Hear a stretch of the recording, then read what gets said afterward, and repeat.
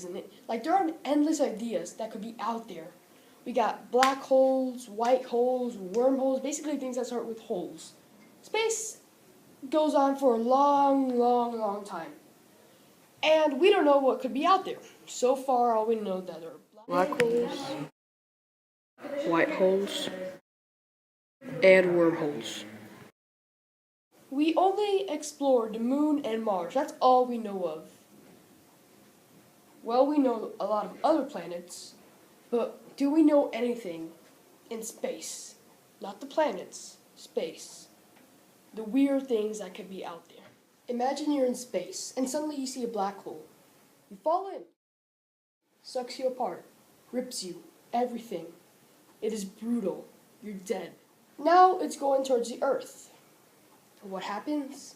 All the asteroids that were in space, the black hole kind of collects it and throws it at our planet.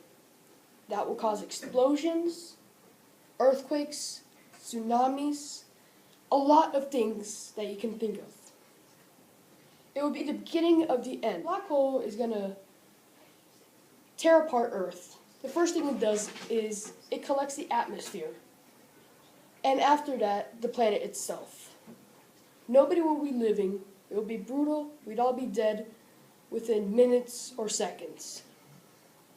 Now, a black hole entering our solar system probably wouldn't happen, but it will rip apart every planet, even the sun.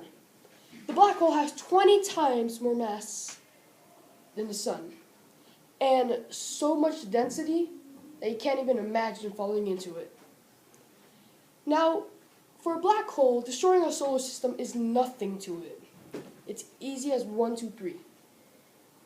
And it will be brutal if it does happen, but the chance of a black hole entering our solar system is 1 in a trillion. So people may be thinking, wow, what if a black hole enters our solar system?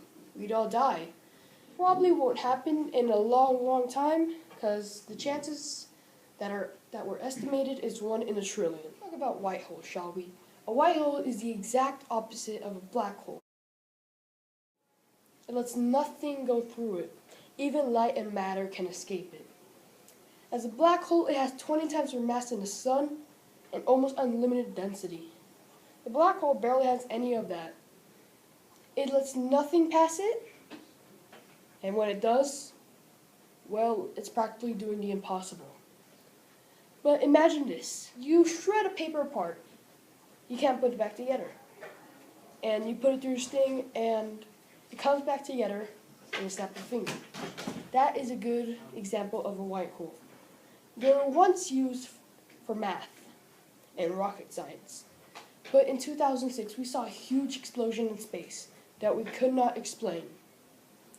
And they predicted that that was a white hole. We don't know if those are real or just fake. But we keep investigating in space to find out. Imagine this. You're a busy man and you need to get to work. You go to the subway.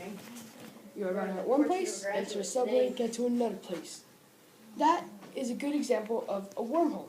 A wormhole is basically a shortcut to space. And it's to get to the other end. Now, the wormholes were originally known as the Einstein-Rosen Bridge.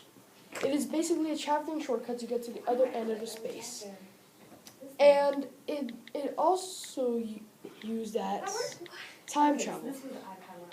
They say that wormholes can be used for time travel, which is really interesting.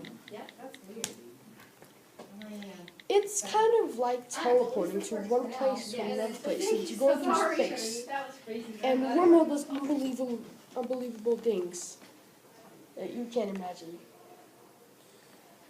And Einstein said that these things are confusing. They can be possibly real. They have been used in lots of movies and shows. Well, again, space is weird. There are an unlimited amount of things that are out there. Space is really long, and there could be so many things that we haven't even heard of or even tried to discover yet. We first got white holes. that lets nothing go through it. Black holes, that sucks everything that it sees inside of it, and nothing can escape it. Wormholes are a shortcut to travel to the other end of space. And these things are really weird, but they could possibly be real. Thank you for being here, and don't worry about a black hole devouring our solar system.